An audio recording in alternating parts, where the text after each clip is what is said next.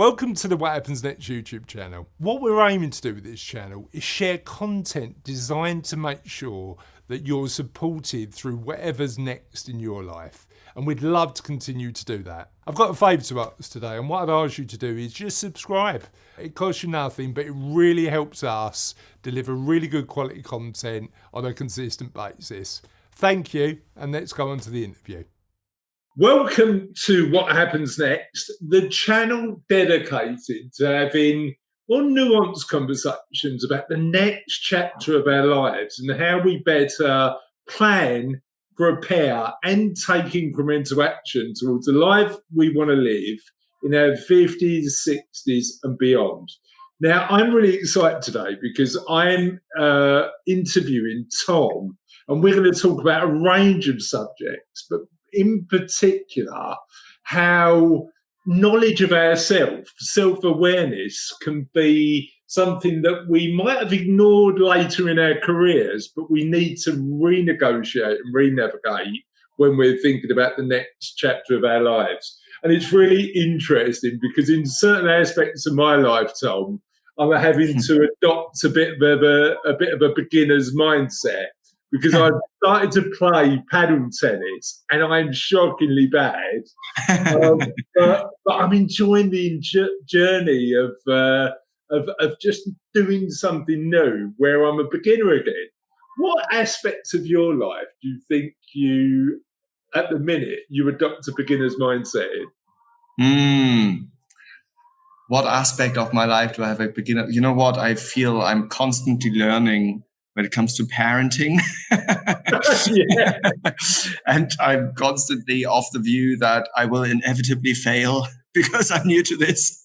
Yeah, well, you know what? I mean, I think at every stage of my kids' lives, I've thought, am I doing this right? Am I doing this? I came in to just an insight into the Dames household. I came into, I'm in my home office today. I'm recording this from my home office. And my daughter was in here, who's 13. And I could hear her sobbing, just crying. So I came in and said, Sophie, are you okay? And she was watching a film called The Bridge to Terabithia, which I've never seen. And she said, Dad, I think this might be the saddest film I've ever watched. And weirdly, I didn't know how to react at the fact that she's really enjoying this film, but crying loudly. And I'm like, I don't know what to do. Yeah. The best thing that comes to mind on the hop is that she is being exposed to the emotion of sadness, which chances are she will be exposed to more often in her lifetime. And it's perhaps a good thing that she's getting to know this emotion when watching a movie, because then she learns how to deal and cope with it. I think the interesting thing about that is, and I'm sure we'll explore that bit, is that process of change and grief and navigating loss in our lives never ends, right? It continues to evolve over time. So that's really interesting. For those who are watching this interview, don't know who you are, tell us a bit about you. Yeah, sure. So, I mean, of the many identities there are, I will concentrate on being the host of the Money Mindshift podcast and the head of a campaign that we call Money Mindshift that is sponsored by Aegon. And that is a campaign that is all there to help people live the lives they want with the resources that they have. I'm sure we dig into this a little bit, but in essence, we say that money is an important ingredient for a successful long life, but it is only one of many. And sometimes we oversee the others. So what the others are and how we can sort of consider it in the context of financial management, that's what we are wanting to explore. And that's 100% why we wanted you on the What Happens Next podcast, because actually using money as a tool, but also ignoring our life, particularly in the next chapter, is so multifaceted and multidimensional, is really important. But I'm interested, I'm really curious about the podcast's name, actually, because what made you go from Money Mindshift? And when we're thinking about the next chapter of our lives, what needs to shift in our minds when we're thinking about it? Yeah, I guess that's why we called it Money Mind Shift, because there are different, a number of shifts required throughout our lives. So, the money mindset and the approach to money management that you have in your 20s ought to be quite different to your 30s and 40s and 50s and 60s and so on. I guess, I just use the ingredient metaphor, and that's a useful metaphor, but perhaps another one could be that you see money as fuel, right? So where, you need the fuel to get the machine or to the car going. But once you have enough fuel, then it's other things that are important as well, that you have a good engine, that you have maintenance, that you have a clear map, like all those things, right? And that's, I think, akin to what we are exploring with Money Mindshift, that yes, money is important, but, so is your health, so are your connections, so are, what is giving you purpose and pleasure in life, etc. All those things, right? And we've got to sort of like think about those things.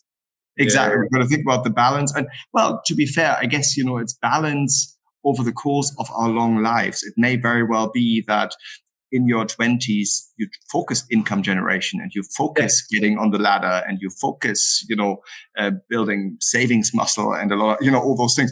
And then actually it's perhaps skewing in favor of money, but chances are it shouldn't skew in favor of money throughout the long life that you're living. It's so interesting. I mean, I've spoke about this on my before, and in my own, and I'm late 40, so I'm 48 now. In my own particular personal journey, I think the element that I probably neglected in my 30s and 40s when I was building Savello and building the business and doing the work. Certainly, I was building up both financial security and wealth. But I was neglecting other elements of my life that I had to make real effort into. Yes, the past couple of years, particularly social well-being, just friendships, and the positive impact that has on our lives. In your experience, and from the people you've interviewed and the research you've done, what areas do we often neglect, and at what ages? I think I think. As you come out of, I have this sort of in my head, I never laid this out anywhere, but in my head, I have this, you're like in the first 18 years of your life, like when you are living with your parents, you're essentially financially dependent. Yeah. So then comes a stage where you are, perhaps briefly in survival or chaos mode, and you're craving independence, financial independence. Yeah. And this is where I think many people stop, right? There's like financial independence, right? And they have this, like, how can I become this? I mean, there's all the TED Talks and all the books on like financial independence. I think many people stop there. I think perhaps in the 20s, 30s or so, they stop there. And I would argue that it was what is becoming more important from perhaps the 30s. So this is my response to the question: when is it? 30s, perhaps late 30s or so, when people ought to discover that it's not financial independence that matters, but financial well-being. Yeah. And financial well-being is different, right? Because that's not just about being independent. That's about earning, spending, managing money in line with what makes you happy, and what makes you happy today, tomorrow, and beyond.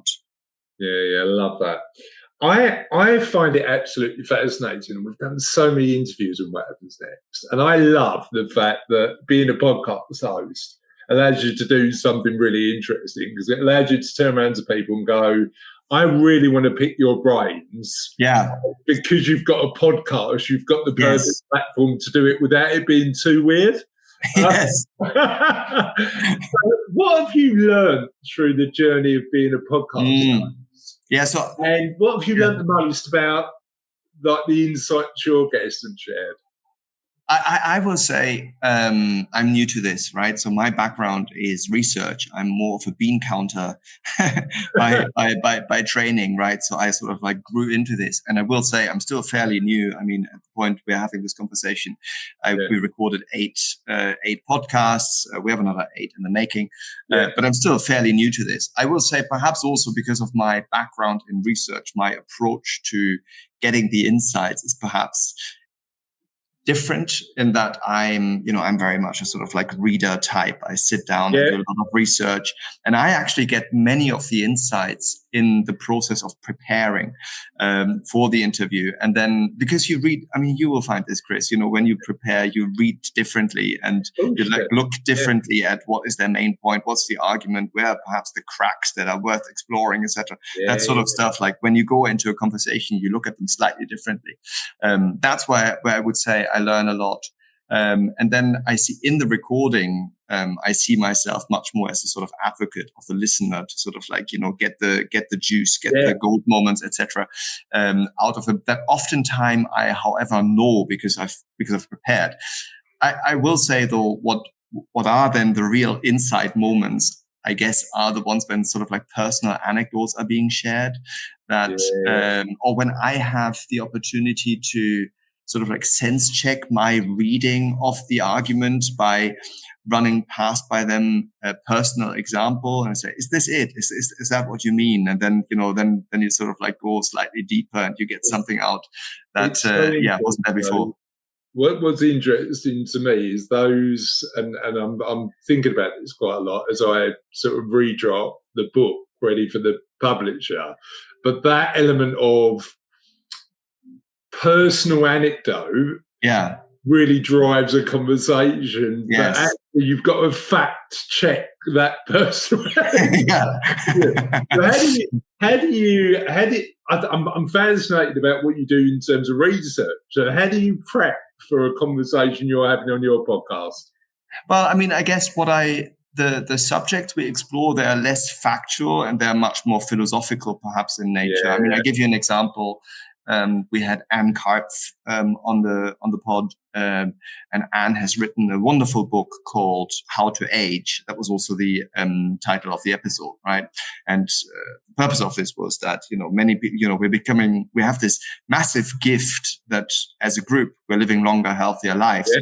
But the funny side effect of this is that aging fills us with a lot of anxiety and dread. And funnily enough, like especially the younger you are, the more dreadful you are, the more dreading, the more you dread, the next sort of round birthday, oh my God, I can't believe I'm turning 30. I can't believe I'm turning 40, etc. Anyway, and she has developed this concept of the arc of life. Okay, so this is philosophical in nature, right? It's a thinking tool, isn't it? Exactly. Yeah, exactly. And what she's saying is that as you age, you have gains and losses in sort of equal measure. And we need to sort of like gain that perspective of, seeing the gains, mourning the losses, but sort of celebrating life along the sort of like along this arc.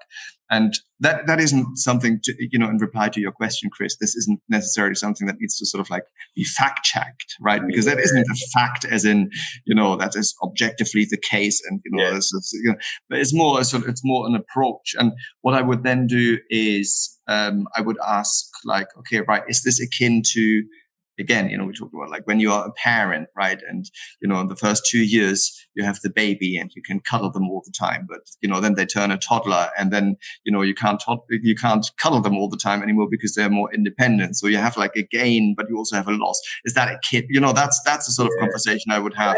I actually think those thinking tools, particularly philosophical ones, are really powerful when we're navigating. When we're changing our lives. I like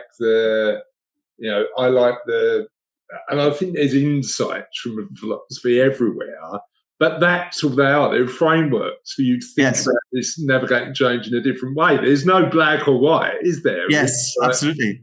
Yeah, I agree. And perhaps we are oftentimes too quick to sort of default to the science, like what does the science tell us or what do we know is objectively true, rather than like take a step back and ask, well, what is the philosophical argument in favor of this, right? But again, I mean, we often live in a culture where you're right, I'm wrong, and actually the reality of the world is there are a lot of greys. There are a lot of bits in the middle. So where do you think we need to have better, more nuanced conversations when we're thinking about the next chapter of our lives? Where do we need more nuance? Sorry, Chris? Where do we need more nuance? Where do we need to appreciate the shades of grey in the next chapter of our lives? Yeah, I mean, I think what you've just said there with regards to there's a lot of unknown. There are many unknowns, and exploring the unknowns, and being mindful that there are the unknowns, that there are perhaps established ways of thinking, and as a result, there are unexplored ways of thinking. I think that is something. I guess, again, as a sort of example, but I'm so similar age, to you. I'm 44, right? You're sort of like, take it perhaps for granted that this is, sort of like peak earning potential, and that this is where you really got to maximize the benefit most from the work you can do. This is when you're fit, when you're healthy. I don't know. I mean, there is of course a kernel of truth in this, but there's of course also the flip side, which is that we live more complex lives nowadays. It's not this sort of 3-stage life; it's a multi-stage life where you have more transition points. You can be productive at different points in your life. It doesn't have to be at midlife. So that's an example, right? Of shades of grey. Yeah, exactly. Exactly. It's. I mean, I think and I speak about this also in my book, like in terms of money mindset. So it's important to understand your money mindset, but I think the point here is not to say that your money mindset is wrong, right? It's more to sort of like accept that, it probably helps you in a way, right? This is your way of dealing with it, but there will be a kernel of truth, but also be mindful that there's a flip side, that there's that there's another side to the argument that is also true. And I think it's really interesting that old model of learn, earn, and then stop. Yes.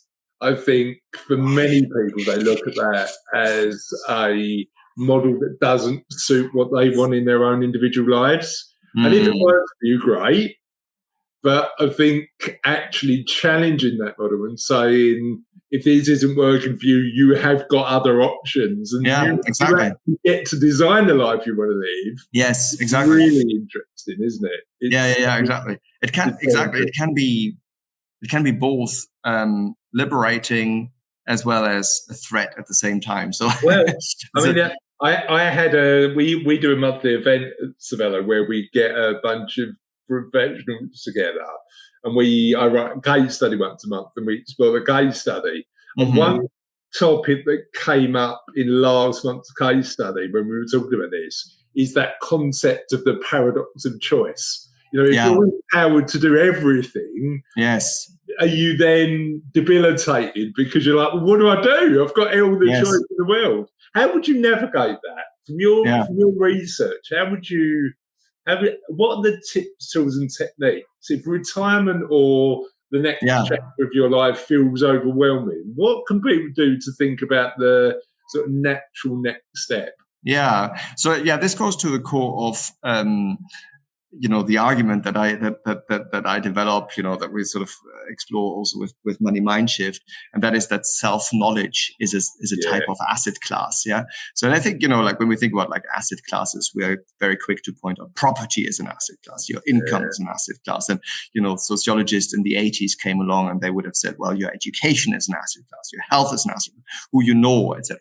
But I would say what you know about yourself in terms of, money mindset, which is briefly talked about that, but also in terms of what you know about yourself, in terms of what makes you happy, right? Like what gives you a sense of purpose, what makes you feel competent, what makes you feel worthwhile, what makes you feel useful in everyday life, right? These can be really banal situations.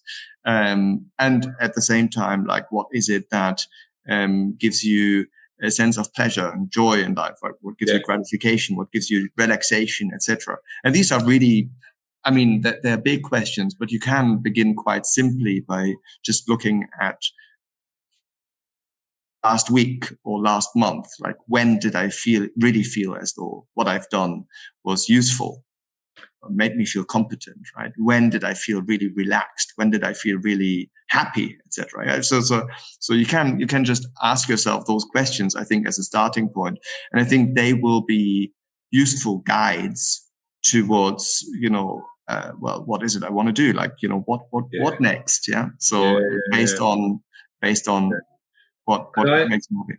And I love that idea. And I think just working on that, I think we really, at What Happens Next, we really like the idea of that hedonism, eudaimonism, and charonic well-being. So I think if I was talking to somebody about that, the 3 questions that I'd probably encourage them to think about is, what did you really love to do? What gave you purpose and meaning? Like the incremental thing that gave you purpose and meaning last week. And then how did you experience awe? And always the interesting one for me, and we had a guy called John Dunkley on the podcast. Oh, yeah. I know him. Great guy. Yes. I said to him, in terms of awe, I'm not religious, and I get that people who are religious get a lot of community well-being from the connection they make with their religion, but also awe from their perspective on life. And he made the interesting point that the last time he experienced awe was when he was with 60,000 people at an electronic dance music concert going, this is amazing. Actually, I think I've experienced music and the connection to music in a way that's given me awe, but also nature, like swimming, walking in nature, walking in the forest, those sort of things. So I think that hedonism, what's fun, what gives you purpose and meaning, and how do you experience awe is a really good start. But if we're on this journey to get more self-awareness, what else do we need to think about? So can I just pick up one keyword that you said there, Chris, and this is experience, right? And this is, so I think this is really important, because I think we are very quick to say like what makes us happy and what makes us feel competent and useful, etc., because it sounds good. Yeah. So, and that's that old difference between evaluation and experience, right? So so I have a friend who works at the University of Edinburgh, just as an example. She works there, and she says always like how much she hates her job, essentially, right? Because she's like, I'm responsible for the supply chain management of the lab. It never goes. I don't have the money. I've got to write grant applications all the time. The students are not interested in what I say, blah, blah, blah. So it goes. And then she says, but what can I do? Right? I'm an academic. I love my job. And this is where you have this stark contrast between, what you experience day in and day out on the one hand, and then how you evaluate it on the other, right? And I think this is where you want to start, right? You really want to be thinking about, the experience in my everyday life, right? Not how does it sound, not like how do I justify it, or how do I, by the way, this goes to anything, it goes to work, goes to social relationships, goes to hobbies. I mean, I've been guilty of saying, I love playing the piano because it's sort of, instills my creative spirit. But actually, the experience is just like, I can't find the time in the day. By the time I do it, I sit down, I'm actually, depleted of energies. I don't really enjoy it, right? It sounds good. So, that's another example. So anyway, but that's what I would say, as a starting point. What should we focus on? Our lived experience, or what we think? We should focus on how it really feels, right? I think so. This, all I'm saying here, by the way, has been heavily influenced by Professor Paul Dolan, who is a behavioral scientist and happiness researcher at the London School of Economics. And really, I guess what he would probably suggest is almost like a diary, where you look at like, how did you spend your day? And, up until 8 o'clock, what did you do? Up until 10 o'clock, what did you do? I don't know. And it could be quite detailed. Yeah, exactly. Yeah. Here's the bit that I'm trying to square in my own head, right? I do things that I enjoy, but I also find really frustrating. Such as, I mean, I'll talk about work in a minute, because I think work's a really interesting one. Yeah. But let's take, and I seem to be bringing it up at every What Happens Next interview at the minute, paddle tennis, right? I've started playing. I really love the social side. I really like when I make incremental improvement, but actually I get annoyed at myself quite a lot as I'm on that learning journey. Right. So is frustration a way? I mean, look, Tom, it might be I need to get a bit more self-aware. Is frustration part of the journey in learning something new? And do we need to, particularly if we're in our 50s, 60s and navigating what happens next, what happens next looks like for us, do we need to go through this element of frustration and pain to get to the other side? I think you do. And was it not also John who on your podcast said you want to be stretched, but you want to be stretched just to the right degree. So you don't want to be like overstretched. And I think this is the case here. I would say, by the way, it isn't just about pleasure, right? So it isn't just about feeling joyful and relaxed and gratified all the time, right? It is also about the other side, which is, feeling competent and useful and contributing something. So I would say, when you have these moments of frustration, chances are you're probably frustrated because deep down, you see you're onto something, right? You're seeing you're building a competence in something. Perhaps you're frustrated because, it isn't going as fast as you wanted to, etc. But deep down, it probably speaks to your sense of, I'm actually, quite confident. Yeah, making incremental progress. Exactly. Right? Yes. Yeah, exactly. So, I guess, what I would do here is I would, and this was another great that I gathered from Neil Page on the podcast when I interviewed him. And he spoke to the notion that emotions are data. Right. So they literally are, right. So they're sort of, you can like physically capture them and grasp them with fMRI scanners or whatever visual devices you would be using. But emotions do exist, right? Yeah. And the fact that they exist also just, they try to tell you something. And then, the way to work with this is to ask yourself, okay, what do I realize here? Like, we said here with your daughter earlier, when it was sadness.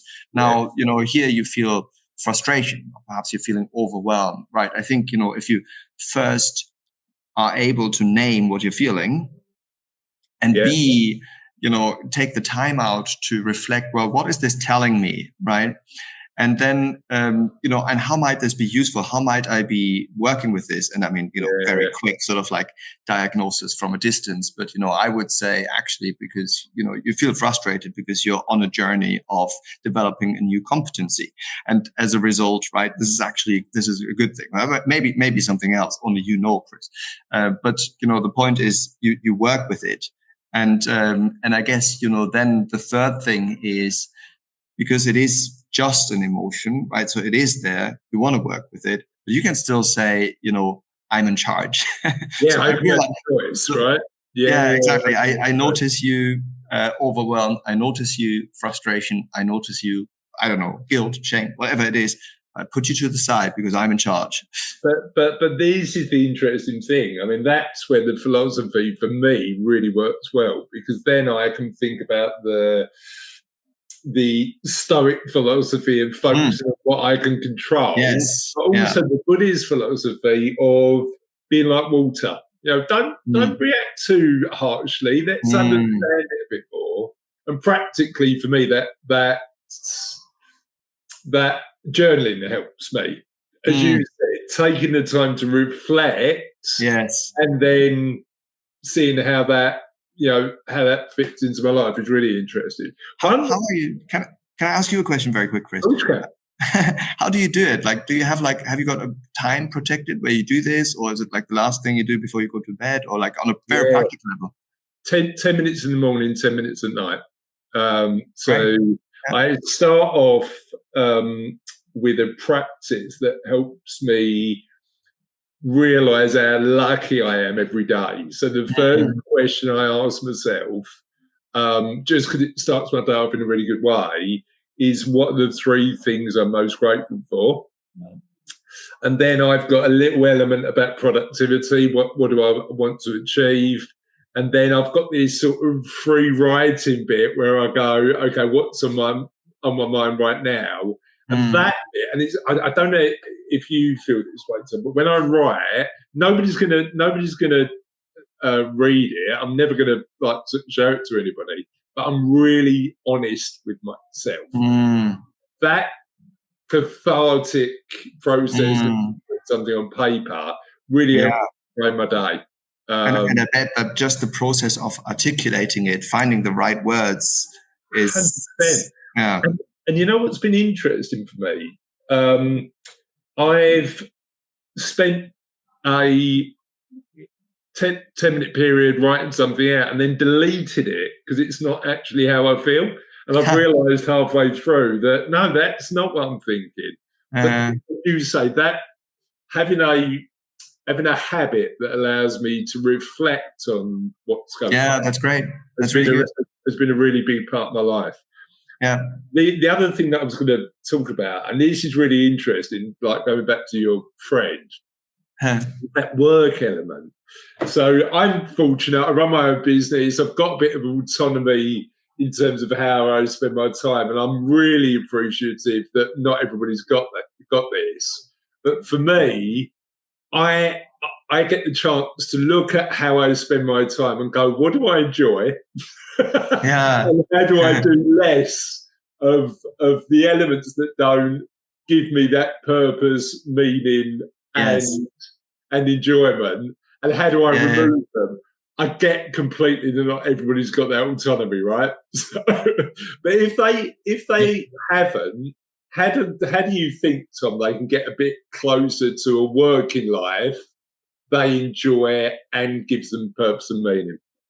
Yeah, I think if they did something like that, I mean, like on a Sunday afternoon, like look at the week ahead, look at what's up and like work out, what is it that you're looking forward to? What is it where you go like, oh my God, this is due again, whatever, and work with it. Absolutely, I think so. To the point of what we just discussed, right? There are insights in this, and you want to work with it. I think also what may be good, what will be a good exercise to do is a reflection on what your centers are. I call it your centers, call it your values, call it your. There's different words for it, but I like this is quite old, but Steve Covey of the 7 Habits of Highly Effective People. He talks about the different, some people are family centered, some people are wealth centered, some people are money centered, some people are community centered, etc., and so on. And be mindful of that, right? So assuming that you're not in sort of like financial chaos or survival mode, but you're sort of relatively stable, perhaps in growth stage or so. Try to figure out like.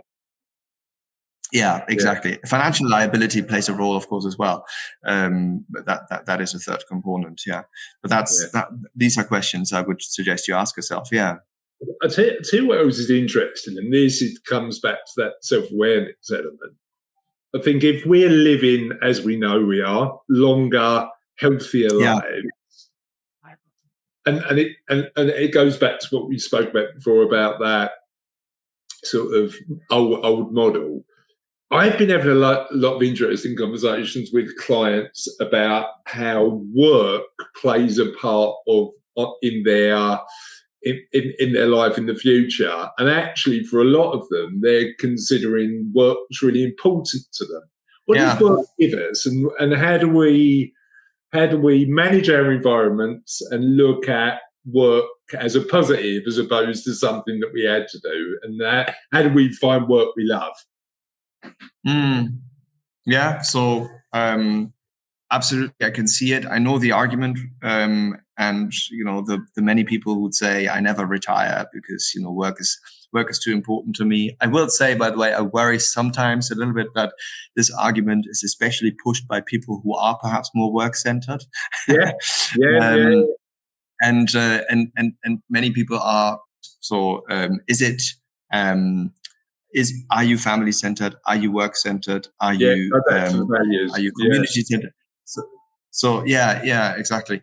I think a useful exercise I find we developed in at Aegon, actually in partnership with the University of Edinburgh, was one where it's a very simple framework where you ask yourself, it begins with a simple question. You ask yourself, like, here you are, like in my case, here I am, aged 44. What are you glad you did? Right? So, what are you glad you did? And then you leap out 15 years. So, here I am now, aged 59. And what will you be glad you did? What will I be glad I did? Right? So, what's happening here is you're engaging a part of the brain that's called the prospective brain. So obviously, as humans, we can visualize the future. Yeah. And once you've trained that a little bit, you can go through like different components of your future self and ask yourself, what are hopes and fears in relation to health, in relation to wealth, in relation to purpose, or call it work, in relation to, family, and in relation to like wider well-being. Right. Yeah. And I think this may be a sort of like fast track to answer some of those questions around, what is the importance of work? It may be that you're saying something like, well, at age 59, I hope that I'm still able to like climb, I don't know, Ben Nevis, whatever. I can still hike. I can still go for hike. My fear is that if I work these crazy hours, I won't be able to do that anymore, right? Because I found out. The challenge, isn't it? The challenge is like work. Individuals who are primarily work focused. Yes. There's a trade-off essentially. Yes. Of how they spend their time, and managing that trade-off by thinking about the future, as you say, is an important. Absolutely. Trade-off is a really, really great keyword here. So, and I think, and this is also why, no one has the answer, right? It's a trade-off between work and family, between, happiness now, happiness in the future, financial security now, financial security in the future. These are all the trade-offs. And the reason this is so hard is because it's on us to work it out, right? I mean, it's individual, isn't it? Yeah. Yeah. Well, I mean, it's political will that it is individual, right? I mean, like 150 years ago, well, we didn't have this problem 150 years ago so much, but let's say 50 years ago, we had a big welfare state, right? And it was kind of like the message was, well, when it comes to future planning, we look after you, don't worry about it. Of course, now the onus is on you, right? So it's about you and yourself. So like it or not, but you are in charge, right? And this is again why I think, this notion of self-knowledge is so important, right? Because it is you, like it or not, who is in charge, and only you can work out like how to make those trade-offs. And we cannot, neither you, Chris, nor I can give you the answer, but we can, like a coach, perhaps give you the sort of guardrails and the scaffold, the variables you should be thinking along so as to find the answer. Okay, so let me ask you a question on that, because I'm fascinated by this particular topic. And I get that there's a lot of fair criticism into these happiest countries in the world research. Oh, yeah. It is context dependent, and normally the Western countries and how we define happy is, is a bit of an open forum. But often the Scandinavian countries come out top, right? Yeah. And if you look at the framework for a lot of those Scandinavian countries, they typically follow a theme of social democracies where there's a bit more collective culture than individual. Yes. Do you think we can learn from that about how we transition in our lives, and if so, what? I do worry about this, what we just talked about. And Nicholas Rose, who's an old sociologist at the London School of Economics, he called it the regime of the self, right? So I worry about this regime of the self. The individualistic nature of the UK and America, and whether it's actually good for our well-being. Yes, absolutely. And I do worry that we dismiss collective responsibility and oversee the benefits of redistribution, etc. I think so. This is, to be honest, I mean, back to your like Stoic philosophy, right? I do worry about this a little bit, but at the same time, control it. We can't control it exactly. So I kind of accept that this is what it is, right? So this is the reality, exactly. I think perhaps the thing that we can learn from the Scandinavian countries, though, and this is, I don't know where I picked this up, and if it is true, but I visit Sweden and Denmark as a tourist in the summer quite often. So and it sounds plausible, but what I hear sometimes is that really the reason in Scandinavia people are happier is because expectations are lower. And I think that may be that, if you don't I think the polar opposite may be the US, where oftentimes you get the message like you only need to believe in yourself, and then you make. I mean, this is like a psychologist or behavioral science. This is nonsense, right? Yeah. Believing in yourself isn't good enough, right? You need a fair bit. So anyway, but if expectations are lower, and it is okay to be average, and you deserve the support and the good life because you're average, then I think we can learn something from that, and that is of course something that is in our control. The lower. I think there's a really big argument, Tom, to say you don't need to be exceptional to be happy, right? You don't need to be exceptional to be happy. Actually. And it's really interesting because I probably fall foul of this. My wife, Cassie, is brilliant at turning around and going, you do realise how lucky you are. Do you know what I mean? It's that element. And I think actually having other people in our lives to frame it in a way where you go, look what you've got, is really interesting. I absolutely agree. Self-awareness doesn't come for some of us, or actually for many of us, easy. So how do we get better at getting more self-aware?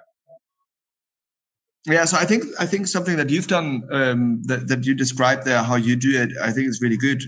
So you made a habit out of it, right? So you build a bit of a routine out of it, around it, and of course the good thing then is that when it's a habit, you don't question it.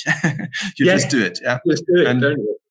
So exactly, and that's very good. I mean, like from a behavioral point of view, right? That's really good. Another thing you've done there, of course, is by sharing it, right? By sharing the commitment to it, you're not only committing, you're also making it a social thing, right? Yeah. So now, like you're kind of like building a little bit an environment that sort of nudges you now to really do it, right? So I think this is, if you're new to this, if you're wanting to do this, right, then, sharing with your partner that, practicing gratitude or practicing, self-awareness, etc., is something you want to do. By sharing it, you make it a commitment, and then perhaps you get the environment where, as a result, this is being facilitated. What I would say, and this is the hint in your question there, Chris, that the problem is, of course, that the challenge or the forces to sort of disable us, right? To disable this practice, they are massive, right? Yeah. And I'm just thinking, like, the way the news work, the way online retail works, the way phones work, etc. So we have, what I'm saying is there are so many forces like competing for our attention, right? That focusing the thing that really matters is really hard. I love it, by the way, in the English language, you say you pay attention. Yeah. So in Germany, you would say you give attention, or you give attention, you would say, right? In English, you say you pay attention. And I think that is a beautiful way to illustrate that attention is a scarce resource. Yeah. So we've got to be economic with it. I cannot play Monopoly with my kids and answer work emails at the same time. Yeah. I cannot, have a conversation with my wife and enjoy the music at the same. I can't. So to pay attention to one thing inevitably means I'm not paying attention to something else. And I think this is also part of self-knowledge, to be aware of the various very clever mechanisms that know exactly how to get our attention and how to detract us from paying attention to the things that really matter. 100%. I mean, it's so interesting, isn't it? I think there's so many distractions in modern life that can guide us a long way that actually doesn't enhance our well-being. Yes. I often think of that in terms of environments. What's in our environment and how do we manage that environment? Yes. I suppose the other interesting thing with that is do we need to manage our environment from a social perspective to make sure we've got people around us who boost us and give us positivity and stuff like that? But what can we practically do to actually improve the environments we live in to enhance our well-being? Yeah, so unfortunately, self-awareness on its own won't do it. So it's a bit of an willpower, unfortunately, is not enough. I think you need to build that environment, as you say. I mean, one of the things I tell you what I do. I have made sure that the Wi-Fi, we have a mesh system at home, but I made sure that the mesh points, they don't go as far that I have a very good reception in the living room, right? Because just don't need it. Do I need it? No. I switched the phone off entirely on Sunday, so it's just like on a Saturday evening it goes off. Yeah, and it has like my WhatsApp status says phone switched off on Sunday, and things like that. If you wanted to prevent, if you're an impulse shopper, for example, right, make sure that credit card information are not saved in your phone's browser. All those little things, right? So you can build those hurdles.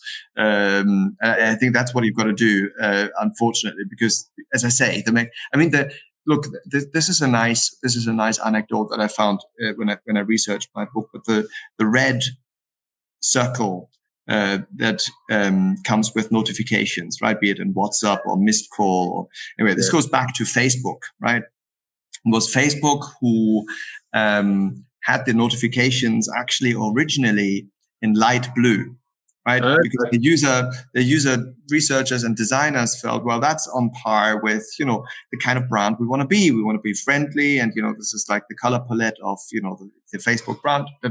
Problem was, people didn't realize, right? They didn't realize that they got a new message or that there was a reaction to something, etc. And then what happened was they turned it to red, right? So, and when they turned it to red, of course, that's like color psychology, that's, warning, danger. Exactly. It immediately attracts our attention, right? And now, of course, you have this blasted red button, you have this red circle, you have this everywhere, right? And this is just like one tiny example of, how they are like, how they know something about us that we don't know, right? And we've got to, and this is part of the self-knowledge, part of the self-awareness that we've got to gain. But I do think just being aware isn't good enough. You've got to make very practical consequences, such as, switch the phone off or make sure it doesn't extend. I had mine on permanent do not disturb, so I don't get any notifications. Good. Which is an interesting one. And I did that after I read a book.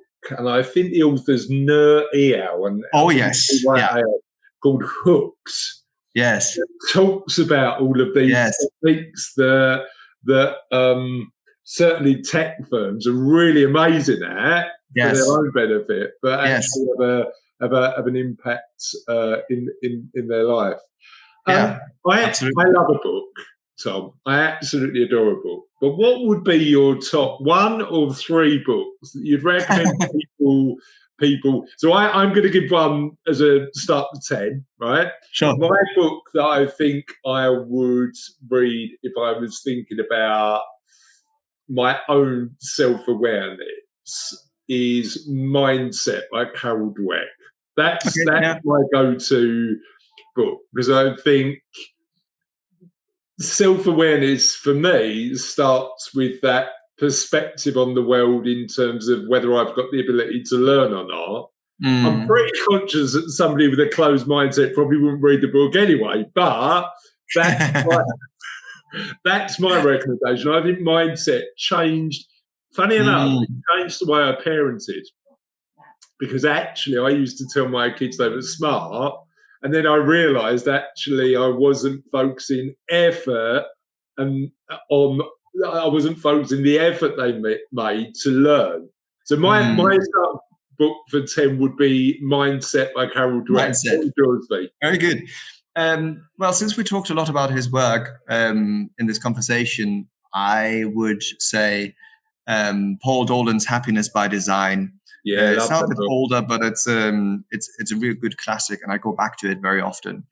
Perhaps in the spirit of philosophy, and I know we talked about this elsewhere, Chris, but I know you also like the work of Alain de Botton and the School of Life. I do.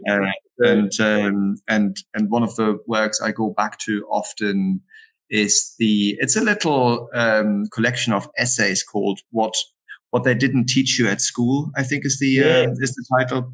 So it's just a really nice sort of overview of all the things, you know. I think the School of Life in terms of content is 100% worth looking. I mean, their YouTube channel's good. The book's good.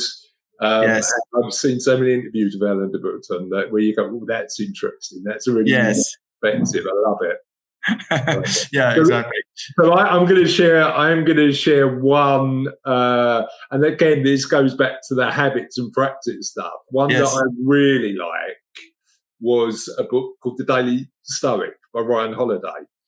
And I've actually stopped doing it this year, but in previous years, it's broken down into 365 Stoic lessons. Oh, wow. Amazing.